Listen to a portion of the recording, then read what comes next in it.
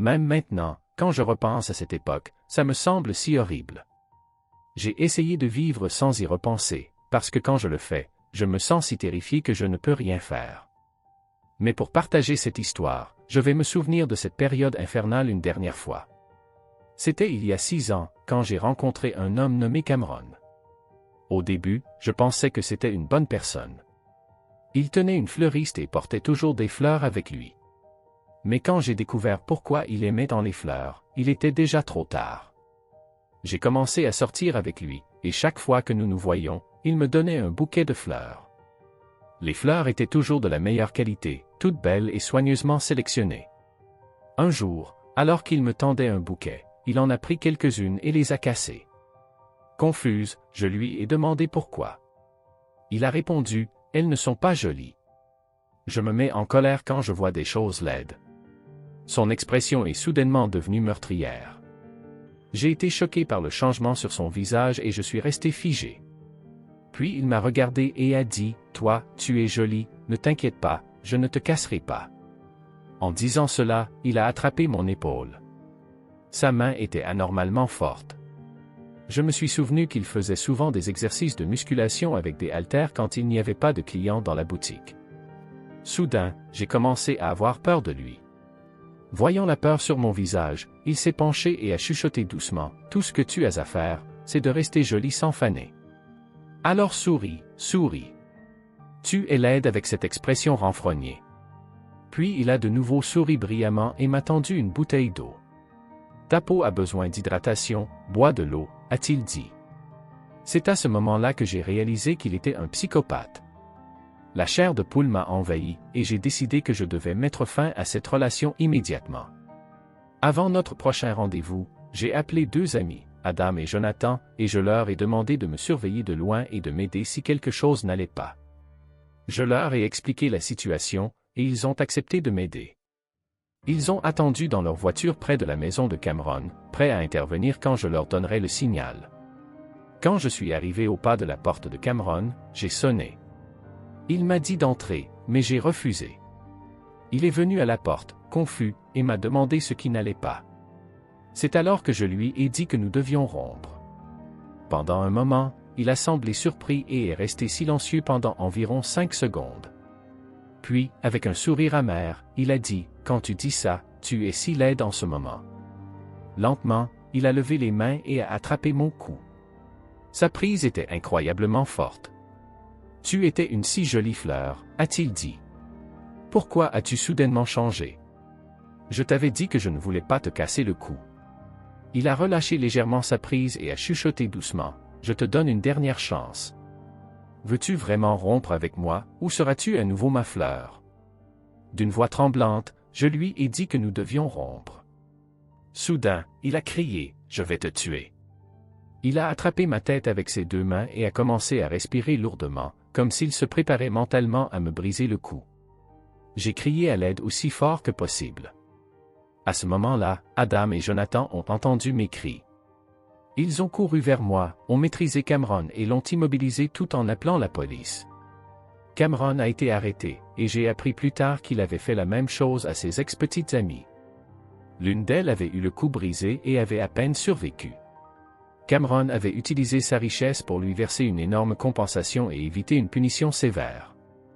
Cette fois, Cameron est allé en prison, et j'ai eu la chance de m'en sortir vivante. 5 ans plus tard, j'ai reçu des nouvelles encore plus horribles.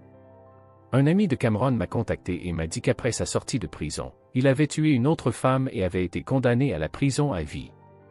Apparemment, il avait trouvé une nouvelle petite amie. Un jour, ils se sont disputés, et il lui a brisé le cou.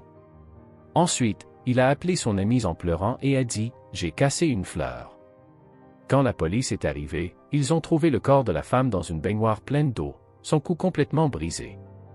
Cameron versait de l'eau sur sa tête et lui caressait les cheveux.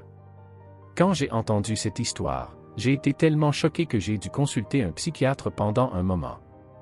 Même maintenant, je me demande souvent ce qui me serait arrivé si Adam et Jonathan n'avaient pas été là ce jour-là. Ils m'ont sauvé la vie, et je n'oublierai jamais à quel point je leur suis reconnaissante. Mon nom est Nisha Moral, et aujourd'hui, je vais vous raconter une histoire qui me hante encore à ce jour. J'avais environ 10 ou 11 ans, et mes amis et moi étions en randonnée pour explorer les bois. Personnellement, je n'aimais pas trop la randonnée, mais je suis venu parce que je voulais passer du temps avec mes amis. À un moment donné, mon ami, que j'appellerai Cassie, et moi avons dû aller aux toilettes. Nos amis ont trouvé des toilettes publiques dans les bois qui semblaient assez abandonnés. J'étais bien sûr un peu hésitante au début parce que c'était un peu effrayant, mais Cassie m'a dit « Tu préfères utiliser les toilettes portables ?» Comme je préférais mourir plutôt que d'utiliser l'une de ces toilettes, nous sommes toutes les deux entrées à contre-cœur dans les toilettes. C'était l'enfer. Il y avait des déchets partout, des insectes qui rampaient sur les murs, et ça sentait si mauvais que nous avons dû nous boucher le nez. Nous sommes allés à contre-cœur vers les cabines et sommes chacune entrées dans l'une d'elles. Ma cabine était relativement propre, mais l'odeur était toujours terrible. Je n'ai pas osé m'asseoir sur les toilettes, alors j'ai décidé de m'accroupir et de faire ce que j'avais à faire. Après avoir fini, nous sommes allés nous laver les mains, mais nous ne voulions vraiment pas parce que les lavabos étaient aussi sales que le reste des toilettes. Le lavabo était haché de noir, et le robinet était couvert de moisissures. Heureusement, j'ai trouvé du désinfectant pour les mains dans mon sac. Mais alors que nous l'utilisions, nous avons entendu la porte se fermer. Nous sommes immédiatement allés pour l'ouvrir, mais elle était verrouillée. Nous avons essayé d'appeler nos amis dehors, mais ils ne nous entendaient pas. Cassie a commencé à paniquer, et j'ai fait de mon mieux pour la calmer. Moins de 2 secondes plus tard, elle a dit qu'elle devait vomir et a couru vers les cabines. J'ai entendu la porte de la cabine grincer, puis Cassie a crié à tue-tête.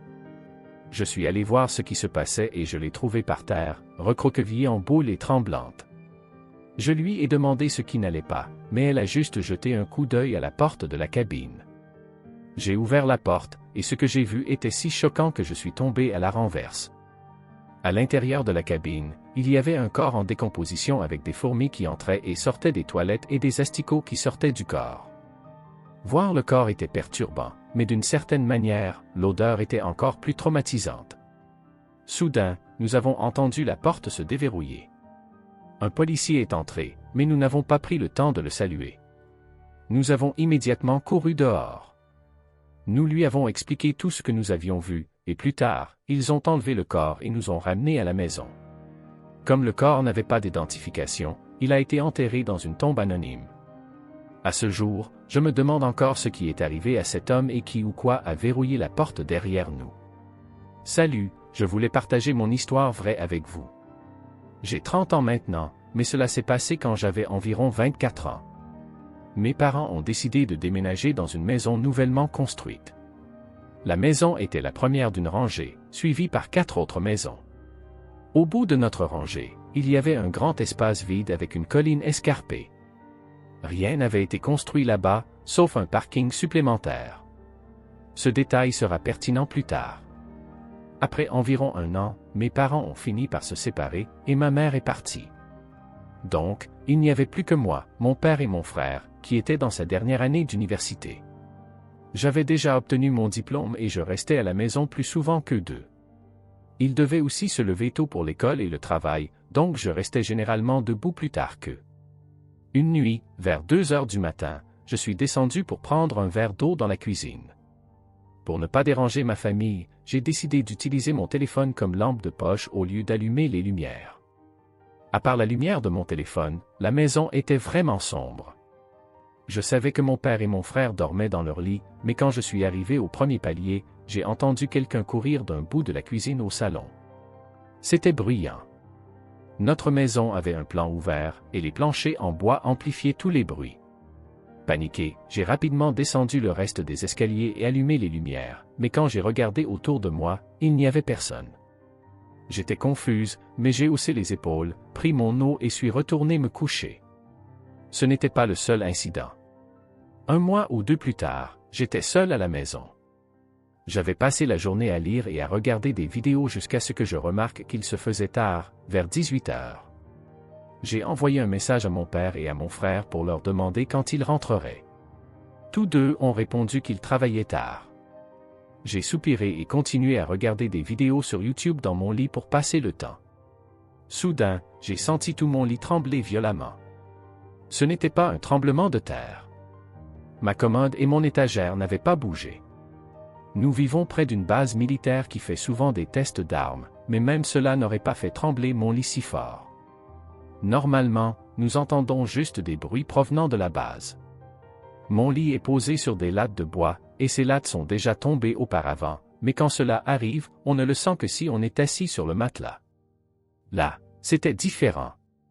Le tremblement était visible et aurait pu être vu de n'importe où dans la pièce. Terrifié, j'ai appelé mon petit ami en panique. À ce jour, je n'ai toujours pas d'explication pour ce qui s'est passé. La dernière chose étrange qui s'est produite avant que je déménage s'est passée tôt le matin. Je travaille dans un café et devais partir vers 5 heures du matin pour ouvrir à 5h30. À ce moment-là, ma belle-mère et mes 2 demi-sœurs avaient emménagé, donc le parking dans l'allée était bondé.